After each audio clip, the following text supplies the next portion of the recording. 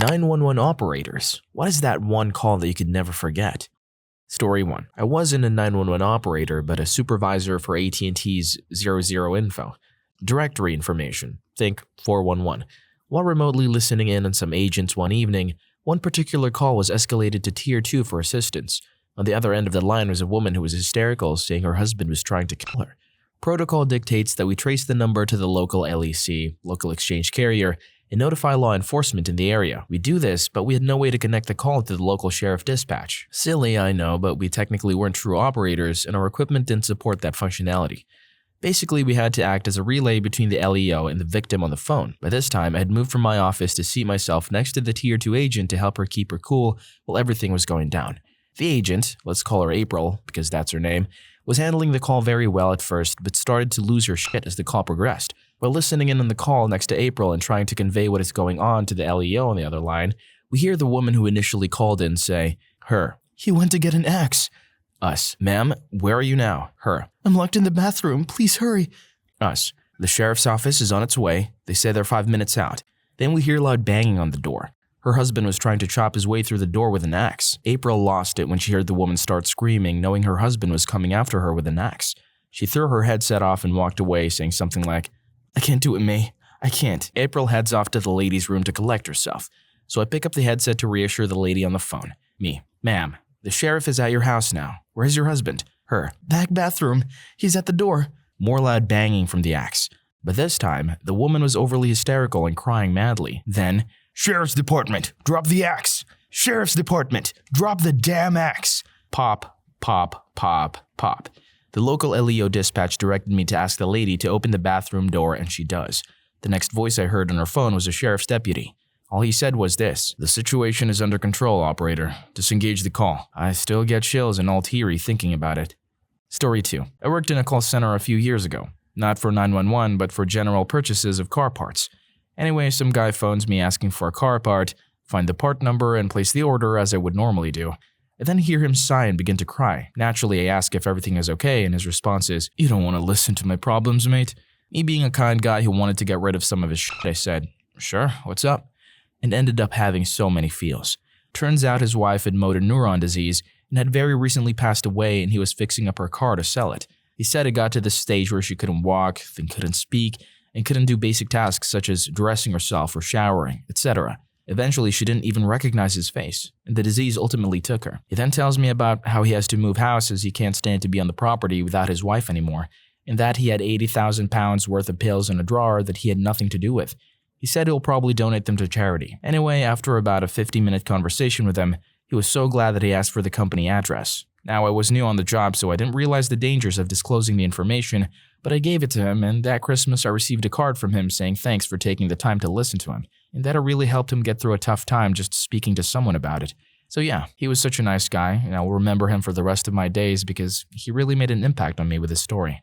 Story 3. Harley motorcycle tipped over, and the clutch lever went into a 4-year-old's eye. The parent was on the line asking what to do. Suddenly, she said, "They're going to lift the motorcycle." I emphatically told her to tell them to stop and wait for rescue and EMS.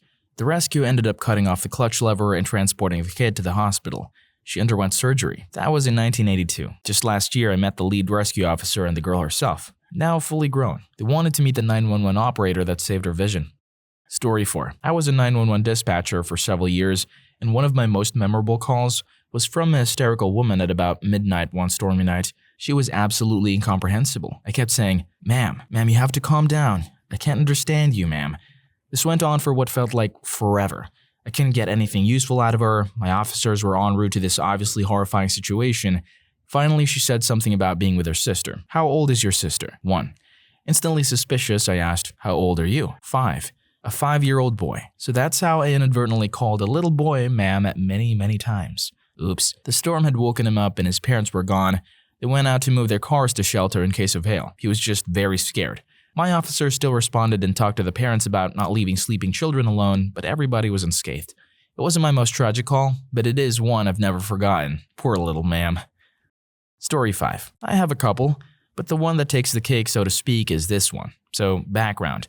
I worked in a very busy city, so shooting, rape, robberies, etc. were not a novelty but a norm, unfortunately. We were used to it, and I have heard several people die with me on the phone. This lady, though, she calls and says, "My husband has a gun to my head and won't leave me alone. You gotta come quick." She's screaming into the phone, then she puts it down. All I can hear at this point is her yelling at her husband, "But I love you, baby." Then boom, gunshot. "But I love you." Boom, gunshot. Something garbled. "But I love you." Boom, gunshot. So at this point, I'm standing up yelling into my little microphone, "Stop saying I love you." And everyone in the room with me now turns and looks at me like I have 5 heads. But I was caught up in the call. Turns out the man walked in on the woman and found another guy in the closet. Said guy ran out of the house, but the woman didn't make it out alive. Story 6. So as a med student, I worked as an emergency phone operator for night shifts. One unusually quiet night, I had a call at about 3 a.m. A nice old lady was asking for just somebody to talk to because she had insomnia, just woke up from a terrible nightmare. Now, usually I was pissed when something like this happened, people calling in the middle of the night for some bullshit that clearly isn't a medical emergency, but this old woman was so sweet and polite that I decided to just have a nice talk with her. Also, all the other lines were quiet at the time. She told me her name, and that ever since her husband was sent to a nursing home several weeks ago, she was afraid that something terrible might happen to him. About 1 hour ago, she awoke and just felt that something bad had happened, and now she felt so anxious and alone at home, just wanted to hear a human voice, someone to talk to. She kept excusing herself for calling in the middle of the night and wasting my time.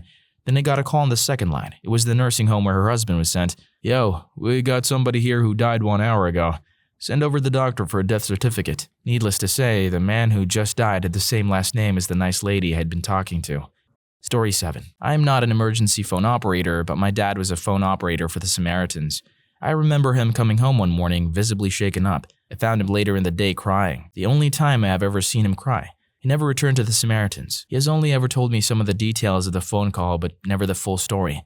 He had spent 5 or 6 hours on the phone with a young woman as she drank and took sleeping pills and cut herself.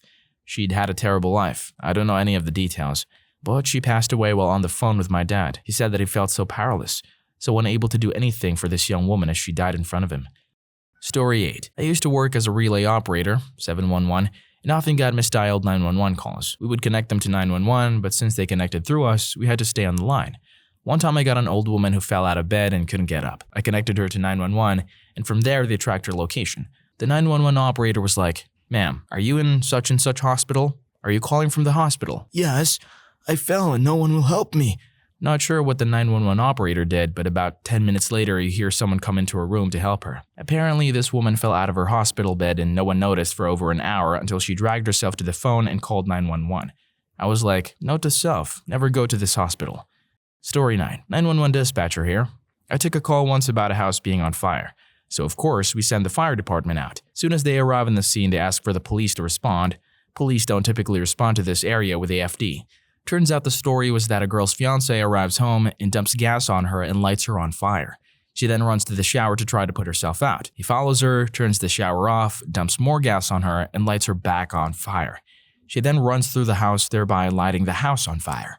She then runs out of the house as fire department arrives on the scene. So when the FD pulled up, they had arrived to a body collapsed in the yard on fire. When PD arrives, the male fiancé walks out of the burning house, lets himself into the back of a police car and says, "Take me to jail." Story 10. My mom was a 911 dispatcher for over 30 years. She had many crazy calls, but one story she told me always stuck out from the rest. One day, a man called in. With a calm voice, he told my mom he was in the local hotel and that he had doused himself with gasoline and was going to kill himself. He called in so they could evacuate the hotel because I don't want to hurt anyone else. While my mom is trying to talk him out of it, she's on the other line to the hotel letting them know what's going on and to get everyone out. While emergency services are en route, she has to stay on the line whenever possible to keep people calm. Reassure them that help is on the way, and try her best to keep track of what's up on the other end. As soon as the guy heard the sirens coming in the distance, he asked her if everyone had been evacuated yet. She tried to stall her answer, thinking he'd light himself up as soon as she said yes. Didn't work. Seconds later, she started hearing the worst screams she'd ever heard. And she's heard many during that job over the years. And then the phone went static, and then silence. He died in that hotel and mom had to listen. Lousy day. Story 11. Former Sheriff's Department dispatcher in charge of non-emergency and 911 calls for a rural southern city. I picked up the job part-time and was in the process of training. My supervisor was sitting next to me listening to my end of the call, but she was not hooked into the line to hear the whole call. The line rings, I answer, it's 911. A young girl, less than 10 years old, is telling me that she, her mother, and her baby sibling are locked in the bedroom. Her uncle is pacing around outside the door holding a knife and threatening to kill them all. She does not know the house number or fire number where they are, and Mom is basically checked out of the conversation out of fear. I have a vague idea of where she is, so I send deputies in her direction with a promise that I will get better directions. As is typical in rural areas, everybody owned a scanner and listened like it was their job. My phone starts ringing off the hook, so I'm reassuring this little girl on one handset and holding a second handset up to my other ear, taking directions from concerned members of the public. Directions like, go until you see a broken down truck. Keep going. When you get to the second broken down truck, turn right and continue until you see a large rock. It was also late enough in the evening that everything was dark out. The little girl tells me there might be a back door that is unlocked. Members of the public who know the house just from the general location and number or gender of occupants are calling in to confirm that there is a back door that my deputy should enter through and that they will not be seen by the perpetrator if he has retreated to the living room. My guys arrive, sneak in the back, walk right up to the guy sitting in a recliner, disarm him, and arrest him.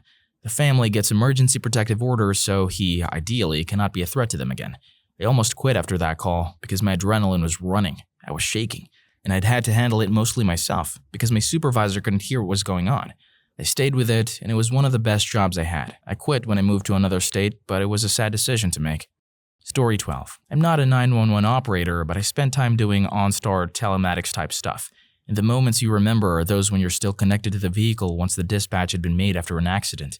I've heard a brother beg for his other brother not to die as he bled out, not sure if he actually did. The one that has stuck with me the most is the one I initially heard the least about, the airbag signal connected to the vehicle. I heard a sigh and then silence outside, nothing but the sounds of passing traffic.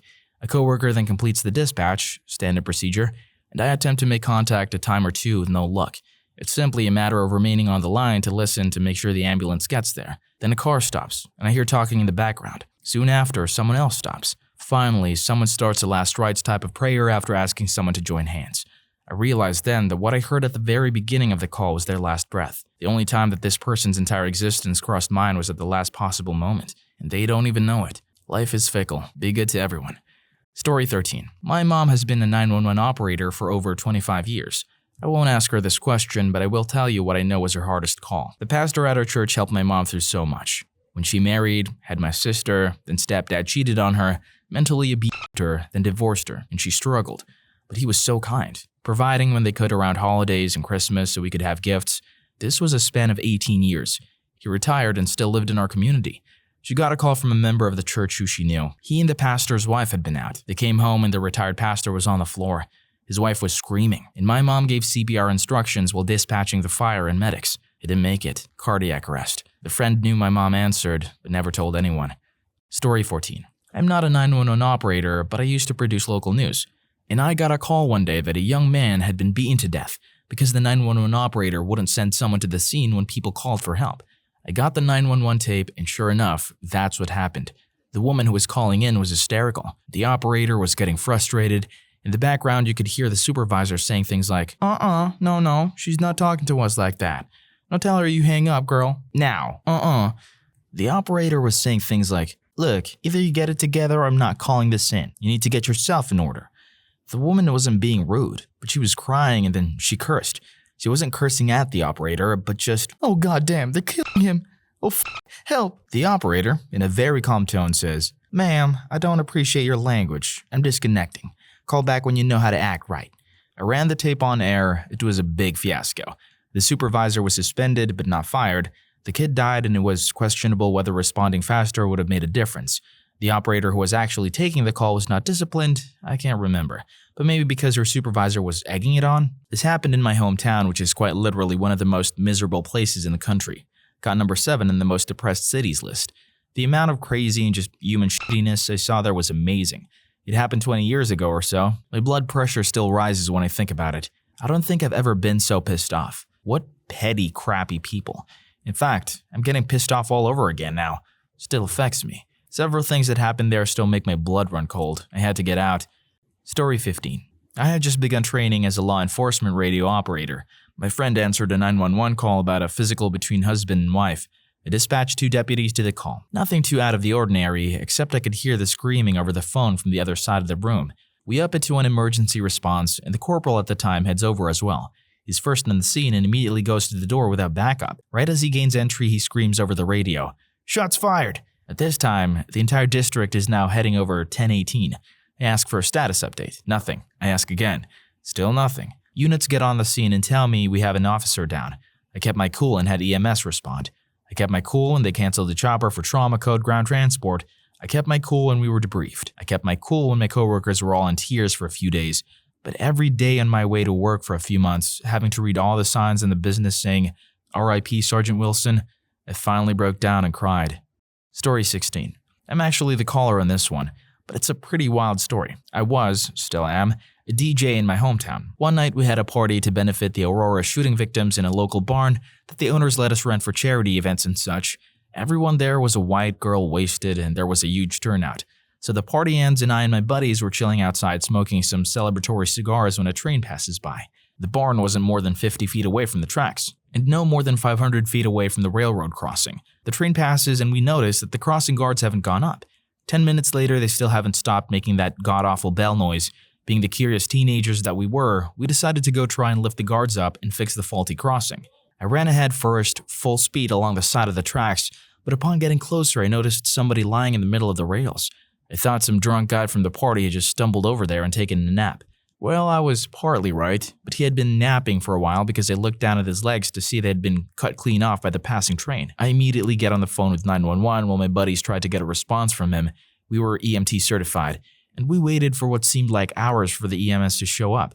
Later, I heard the name of the patient over the police radio, and it had been one of my friends since 4th grade. Oh, and the only reason the railroad crossing got stuck, I found out later, was due to his body being dragged along the track and disconnecting one of the sensor cables. I probably won't ever forget that night. Story 17. One of my first calls after I finished training. A young girl calls and says, I caught my 15-year-old brother with another guy again, but wouldn't give me a whole lot more. I kept asking her, and finally she says, well, I panicked and called my dad. And when my brother heard, he drank some Drano and now he's starting to pass out. So of course the entire cavalry is on their way to her, but I keep her on the line until they arrive. She says that her dad told her to call the police and us and that he was on his way home too. I was confused as to why she'd have to call the police. Being gay isn't something the police give a shit about. Anyways, he was transported to the hospital and the police called back to ask where he was transported to. And I asked them about the call. They say, oh, for the sexual assault? I was super confused. And they go, oh yeah, the guy your kid was caught with was 38. Oh, that's why the police were called. Got it. The kid ended up dying in what turned out to be the weekend of 15-year-old suicide. He was Friday, a girl hung herself Saturday, and another girl OD'd on Sunday.